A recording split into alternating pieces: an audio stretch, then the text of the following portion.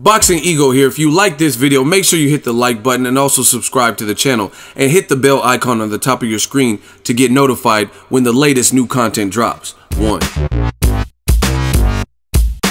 According to Nate Diaz's boxing trainer, Richard Perez, Nate wants some big money to rematch Conor McGregor for a third fight trilogy. What up, fight world? It's your boy Ego, and I'm back with some more boxing. Make sure you smash the like button. Also subscribe to the channel for the latest and greatest in boxing. If you want to become part of the gang notification gang, please hit the bell icon.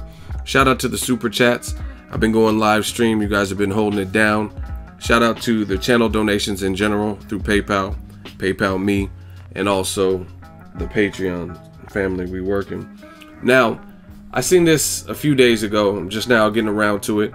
Been a little busy. And TMZ Sports, that's where I initially seen it. Link is in the description so you can check the article. And according to Nate Diaz's trainer, his boxing trainer, Richard Perez, I've been in his gym. I met him. I had a sit down with him. We were just talking in his office, Stockton, Manteca. And that's because Troy King and Aaron Coley, they went out to spar Nate Diaz. But according to him, he did an interview with Submission Radio, and he kind of named his price for him and his fighter in a rematch, a trilogy rematch with Conor McGregor. And they said they want at least $20 million, $30 million. And he said, come on, UFC's making a whole lot of money. They're giving more to Conor McGregor, so it's not fair because it takes two in that ring to draw a crowd, right? So they want top dollar for a trilogy fight. And I want to give my thoughts on this. First of all, that's their team, so I mean they're entitled to state how much they feel they're worth in that event. Second of all, I think they bring up a strong point. The strong point is this: you look at Conor McGregor's best, not Mayweather, you know what I mean, because that was a boxing, UFC, MMA meets boxing hybrid crossover. But in the UFC, if I am not mistaken, his biggest selling pay-per-views have both been with Nate Diaz. You know what I mean? He was on pay-per-view versus Eddie Alvarez and also against Chad Mendez. I don't remember hearing exactly how much UFC 205, the Eddie Alvarez, I don't remember hearing how much that did, but that's even hard to compare anyway because the card was so stacked. They put on a ton of fights like Tyron Woodley, Wonder Boy. So that had a lot of, that was a fully stacked December close the year card. But I know the Nate Diaz pay-per-views did very well, and in the first fight Nate Diaz was a last-minute replacement, right? He was a last-minute replacement. Nate Diaz is he's kind of like one of the reasons the Floyd Mayweather Conor fight did so well is because Conor McGregor is not the only one that has a mouthpiece to work, you know what I mean? Pause. Nate Diaz is also a guy who's gonna trash talk. He's gonna say some slick shit. He's like, you got submitted by lames, bro. You got submitted by lames. Like, he's gonna do that, and it's almost like you have two antagonists instead of a hero and a villain. You almost have two villains, two guys who are gonna get them snarky comments off. So I mean, I understand. I don't know the logistics and the likelihood, and with the UFC and Fertitta brothers and Dana White, I don't know what they're thinking, but I understand the motion from Nate Diaz's trainer Richard Perez to get what they feel they're worth. Like, and you got to shoot high. And see, this is what kind of messed up things in the UFC.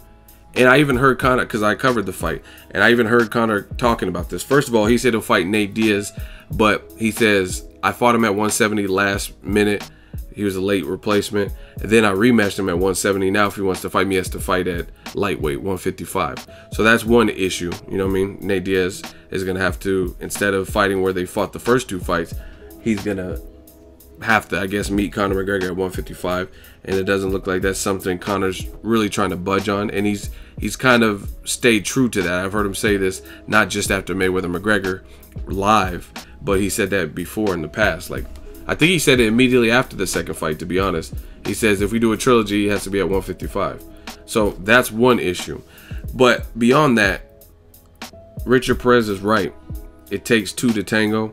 And Conor is a bona fide star. Now, here, let me explain to you why I think the Mayweather-McGregor kind of messed things up. And when I say messed up, not necessarily for the fighter, but for like the UFC as an organization. And there's multiple sides to it. For Conor's part, this is what hurts. If he went over to boxing and he somehow was able to do it, because it didn't look like Dana White wanted to make the Mayweather fight initially, because I think at first glance he probably knew what the outcome was going to be, and that's Mayweather TBE not losing, and that's exactly what happened, and he got a stoppage. So you know what I'm saying, I don't think Dana really wanted to make the fight, but as the fight was growing and confidence from Conor McGregor, and they seen him training and did whatever he did with Paulie Malignaggi in sparring, maybe he was kind of on board after already making it, like, oh, okay, I feel a little bit better now. Conor's taking it serious. I seen him at the press tour. He's way bigger than Floyd, so maybe he start thinking it. But I mean, more further indications of this would be, I was at the post-fight press conference after covering the fight, and Dana White saying, oh, I just want to get back to boxing, get back to what I do. You know what I mean? So that, to me, that's stipulating he wants to get back to, this was a once and done type of deal. We did it. We made a lot of money. Now I want to get back to the UFC promotions. Showtime was cool. Working with Al Heyman was cool, but let's get back to our area of expertise, which is the UFC. So in saying that, the reason I said that to say this, Conor McGregor is probably going to net, I don't know the exact, I'm not in his pockets like that, but let's say $50 to $125 million. That is by far a lot more than he's ever made in the UFC. I know when Pacquiao was fighting Tim Bradley in some of those fights and fights like that, he was getting guaranteed $20 million. Boxing has different purses, right? He was getting like $20 million. I think for Bradley in the third fight, he got, that's not even a fight people really cared about. He still got $20 million. $20 million to fight Bradley. I'm almost positive in UFC, like 2 UFC fighters, Conor McGregor has never receive that, and I know he definitely hasn't received as a guarantee. Now, based on the success of the event, he gets back end money, you know what I mean, just like in boxing. So his best paydays will probably be either Eddie Alvarez, UFC 205, I don't know how good that did, or one of the Nate Diaz fights, where he got $2-3 million off top guaranteed, and then he got a lot of back end money because those were million plus pay-per-views, right? But even with that considered, I really think he probably netted 11 million to 15 million, 17 if you're really being generous, you know what I mean? Because again, I know one of the UFC with Nate Diaz did probably like 1.5, 1.6 million, something like that, which is very good numbers, very solid numbers. But you're only going to get so much. You got to pay your team, sponsors, UFC, blah blah blah. So the reason I feel like this Mayweather fight might have scrambled some things for the UFC is because Conor already took another loss, albeit it was in boxing. But the bottom line is he knows he can make a shit ton of money because he just did it with Floyd Mayweather. Let's say he's making 50 million to 125. That is way more than he's ever seen in the UFC. Therefore, when he comes back to the UFC, there's certified threats. In Conor McGregor's own words, he says, "I'm from a more ruthless sport." So he believes he's from a more ruthless sport. So you don't think he's going to want, obviously he knows he can't just get 100 million for fighting just anybody, but he's still going to want prime top dollar back in the UFC, like to fight Khabib Nurmagomedov, Kevin Lee, Tony Ferguson winner. I mean, he's going to want a good amount of money. Now again, it's not realistic to fight Kevin Lee and think you're going to get $100 million or Tony Ferguson, because their profiles aren't as worldwide as a Floyd Mayweather, you know what I'm saying? And you don't have 2 previous fights with him like a Nate Diaz. But Conor's gonna want a pretty penny, and this is not just my speculation. I was right next to Conor McGregor, and he said something to that effect. You know what I mean? I have it on tape. He said something to that effect, like, "Oh yeah, we gonna definitely have to work on the price when we get back to the UFC." He said something very similar to that. I have it on tape, right? So that's one dynamic. Conor, knowing he just made 100 million, he's gonna want something good to fight again in the UFC. You know what I mean? He's sitting pretty for a minute. He don't even have to come back in December if he doesn't want to. That's one issue, especially when there's bad blood with him and Paulie Malignaggi, and that's a fight. Paulie's not considered TBE. You know what I mean? Paulie lost probably most of his big fights. No shade. That's just what it is. Amir Khan, Miguel Cotto, Ricky Hatton, Sean Porter. You know what I mean? Adrian Broner, he lost most of his big fights. So that's maybe a more winnable fight with the backstory that you honestly could sell. I don't know if Conor has interest in boxing again, but he's already sparred 20 rounds or whatever with Paulie, and they can make some money. And it would be non-UFC money, you know, or it would be some kind of side deal. It wouldn't be just like getting paid straight through the UFC for fighting Eddie Alvarez or whatnot. So that's one issue. And the other issue is this.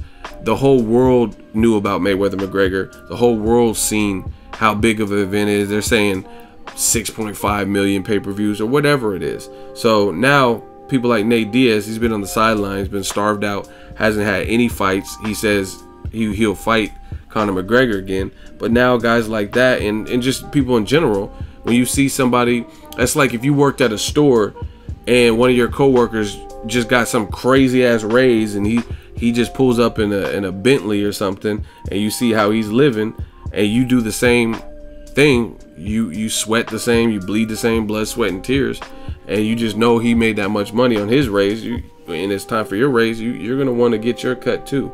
So the Mayweather McGregor fight for the UFC, it was good because they made a lot of money just in one night. You know what I mean? 30 minutes of work. Well, not 30 minutes because it took more to build the fight, but for one night, for a 30-minute outcome, they made a shit ton of money. But the downside for the UFC is the whole world's seen it. You know what I mean? So now people might have a different, as a fighter, you know what I mean? You're gonna be like, damn, I'm not just doing this for peanuts now. You know what I mean? Especially if you're fighting Conor McGregor. You know what I mean? If you're like, man, I'm a champion or this and that, or I bring something to the table, like Nate Diaz is saying, and his trainer, he wants 20-30 million now. You know what I mean? I think he got about two and a half for the first, maybe first and second. But now you know that there's more money in the pot and how much some of these fights can generate. These fighters are going to want to get paid, especially in Nate Diaz, somebody who's battle tested and gave Conor very tough fights. He submitted him in one and arguably won the second, depending on who you ask, even though they gave it to Conor McGregor. So I feel like everybody is going to come with a hefty paycheck. I know they got rid of Stitches or Stitch. I said Stitches.